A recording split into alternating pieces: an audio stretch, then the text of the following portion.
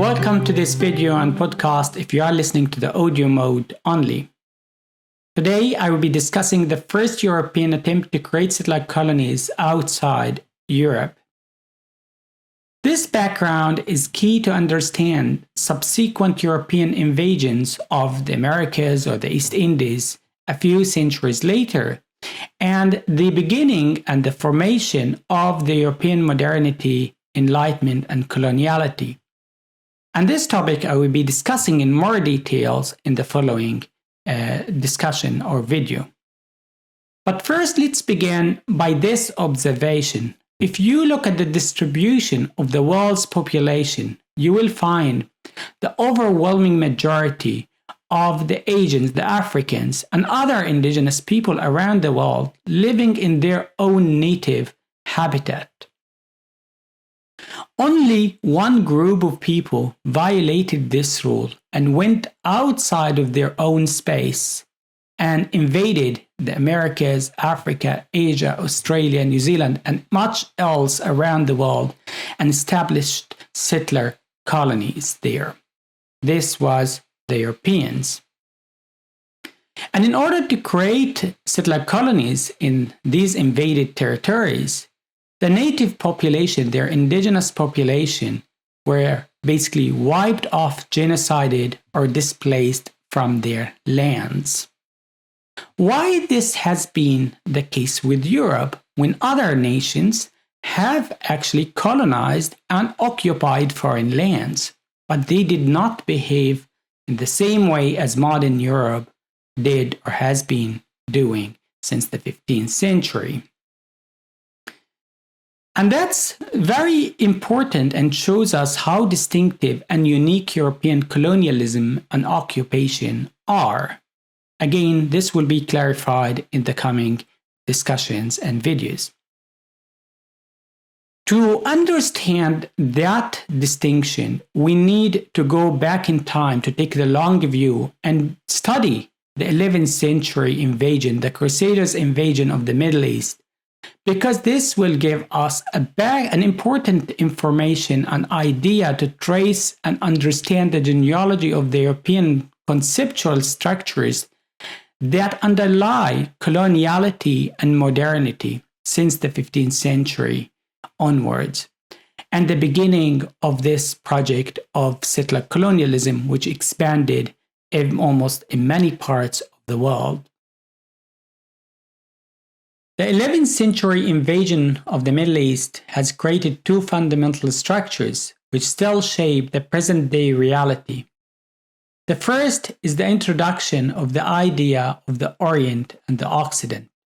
This binary distinction between the East and the West is central to how Europe perceives itself and perceives the rest of the world.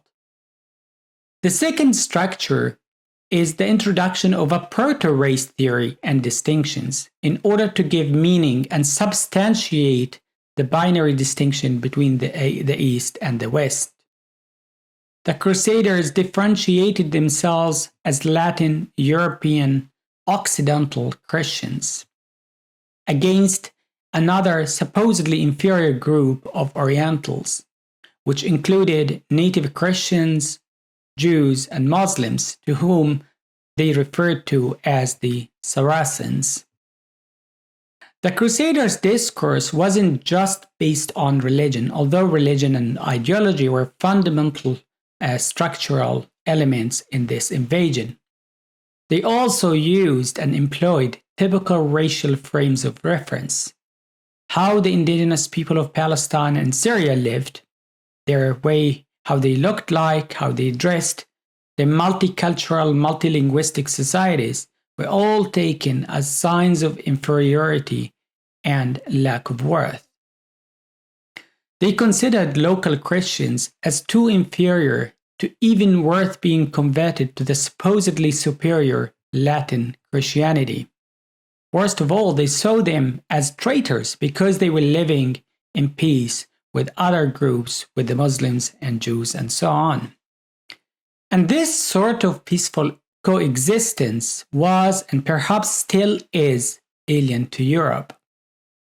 So that invasion to Palestine and Syria, or the Levant or Bilad al-Sham more broadly, was motivated by religion, by the idea of taking control of Jerusalem and its churches and holy sites. But the question is, taking control from who?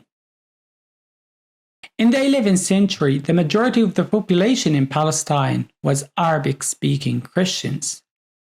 And although Palestine was under Islamic rule since the 7th century, its churches and holy sites, as well as the holy sites in the rest of the regions, were in the hands of the indigenous inhabitants, and the churches were in the hands of the indigenous Christian people of the region.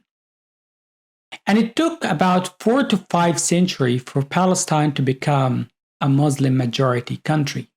And even then, the Christian component of the Palestinian population accounted for about 15 to 20% until 1948, until another European settler-colonial invasion took Palestine and ethnically cleansed its population in 1948, which has been known by the Palestinians, or the Palestinians call as a Nakba, which is still a continuing process even today. The other important thing to flag here is the route of this invasion. These invaders took a land route. This is especially the case for the First Crusade. They came from different parts of Europe and crossed Turkey, Syria, Lebanon, and then all the way down to Palestine and Jerusalem. This route and this journey and what happened along the way is very fundamental and very important in order to understand the Arab and the Muslim memory of what has been established as the Occident or the West. On their way to Jerusalem, the Crusaders wreaked havoc and terror. They pillaged many towns and massacred their populations. One of the infamous massacres took place on 12 December 1098, the massacre of Ma'arrat al-Nu'man in present-day Syria, where about 20,000 people were killed. And even then, the Crusaders fed on their flesh as cannibalism was widespread among them. Ma'arrat al-Nu'man is famous for its renowned 11th century Arab poet Abu Ala al-Ma'arri, who died a few years before the Crusaders reached his town, said a very important verse. He said that people are of two types, without religion but with brains, and with religion and without brains. To this day, the Arabs continue to recite these words in order to record and express their experience and memory of the kind of savagery and violence that was wreaked upon the region by the Europeans. On the 11th of June 1099, the Jerusalemites began to see the Crusaders from the distance, and this scene invoked an atmosphere of terror and trepidation among the population of Jerusalem.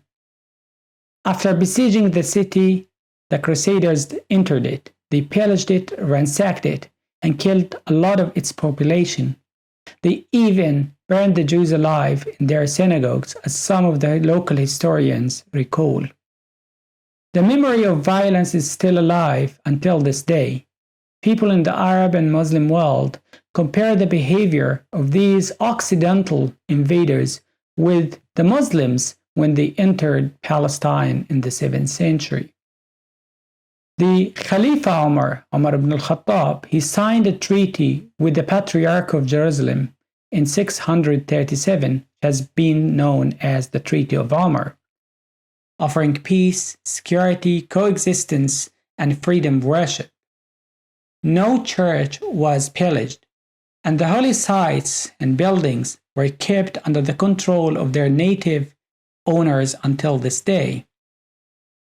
In addition to violence and fanaticism, this European invasion has generated two opposing memories in the Arab and the Muslim world.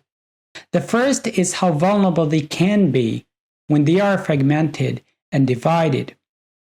The local historian of that era, Ibn al-Athir, explains the success of the Europeans to take control of Palestine and Syria by saying this: the sultans did not agree among themselves, and it was for this reason that the Faranj took control of the country. Notice here, he didn't use the ideological term Crusaders. He simply referred to them by the name of the tribes they belonged to, the Frankish. And in fact, the term Crusaders, or its Arabic equivalent as-Salibiyun or Salibiyin, came later into the Arabic literature when the European colonial modes of knowledge production became dominant and more influential. To understand the division, the kind of weakness and fragmentation that was going on in the Arab and the Muslim world in the 11th century, you need also to take into account that a lot of their leaders, or the sultans as Ibn al-Athir calls them, they were ready to cut deal with the European invaders in order to save their own regimes and their own thrones. For example, Egypt, which was ruled by the Fatimids then, and also was controlling and ruling Palestine in 1098, offered to divide up Syria into two parts, where the northern part will be under the control of the Crusaders, and the southern part, including Palestine, would be under the Egyptian control. And that treaty would also include freedom of worship. The Crusaders rejected that offer. And that background and what happened then, that division and the kind of dealings between the Crusaders and these rulers, reminds us, and is very important for the present day context, where many of the Arab regimes and their leaders have actually made and normalized their relations and signed so-called peace treaties with Israel, despite its ongoing settler colonization of Palestine and the ethnic cleansing, the ongoing ethnic cleansing of its people since 1948. The second is a proud memory of dignity and defiance. After putting aside their differences and disagreements and united Egypt with the Fertile Crescent, the Muslims and the Arabs, they managed to defeat the Crusaders in a number of battles and eventually defeated them and forced them to retreat and ended their settler colonial experience and settler colonies in their land. The memories and names of the legendary leaders who led this liberation struggle, such as Nur ad-Din Zinki, Salah ad-Din, al-Tahir Papus, Qalun, and many others, are essential points of reference in the Arab and Muslim discourse. Not only their names and memories, but also the names and memories of the battles they fought, especially the Battle of Hattin, which took place in 1187 near Tiberias in Palestine and led to the liberation of Jerusalem, are and continue to be an important source of reference and source to inspire the generations since then. With the liberation of Acre in 1291, this European attempt and project to create settler colonies outside Europe was finally brought to an end and completely dismantled. However, the European desire for colonialism and expansion outside Europe, and in this region in particular, did not die out. 5 centuries later, in 1798, Napoleon, or the French, came back and invaded Palestine and Syria, and that part of the world still undergoing colonialism and coloniality in different shapes and different forms. And this background is very important for the ongoing struggle, for the ongoing settler colonization of Palestine and the Palestinian decolonial struggle and resistance. The nearly 2-century-long defiance and resistance by the local populations of Palestine, Syria, Iraq, Egypt, and so on, led to the liberation of their land from the European invaders in the 11th and 12th century. And that background inspires the present-day Palestinian ongoing struggle for liberation and decolonization. Let's end the discussion by summing up its key points. The first European settler-colonial invasion has created lasting impacts in the Arab and the Muslim world, which still inform their discourse and memory. And that memory of the past and their interactions with Europe are not different than their present-day interaction and memory and experience of the West or Europe. It also shaped the central structures of European coloniality and modernity, which is based on the distinction and the separation of Europe from non-Europe, the idea of the Orient and the Occident binary. And that distinction still underpins the European civilization and the sort of knowledge and the kind of knowledge production that this civilization is predicated upon. The Orientalist knowledge production of Europe, which reshaped and reformed the colonized East. And I will reflect on this topic in another video.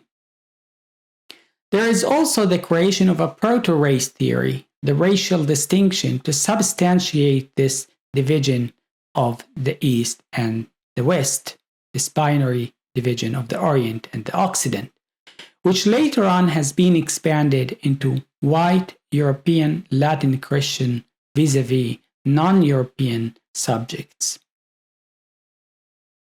The last thing to stress is the key conditions that can trigger decolonization in settler-colonial situations. The first is the importance, the significant role of long-term resistance and steadfastness of the local population. The second is demography. The Crusaders failed to maintain a steady population growth in the colonies they created, and they managed to create 4 main colonies. And the reasons for that a problem for the deficient population growth in these colonies are 2. The first was disease. The European settlers, they were not used to the infectious diseases that were common in the region. They had no immunity to them. The opposite happened in the Americas, where the European settlers brought with them their own diseases, which killed many of the indigenous people. Salah ad-Din understood very well the problem that was facing the Crusaders.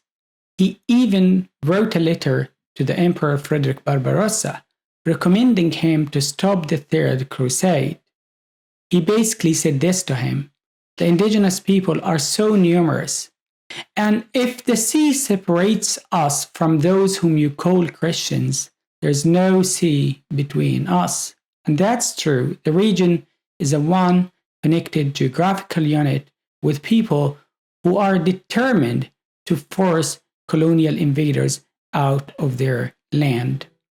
Thank you for watching and listening to this discussion, and join me in the next one.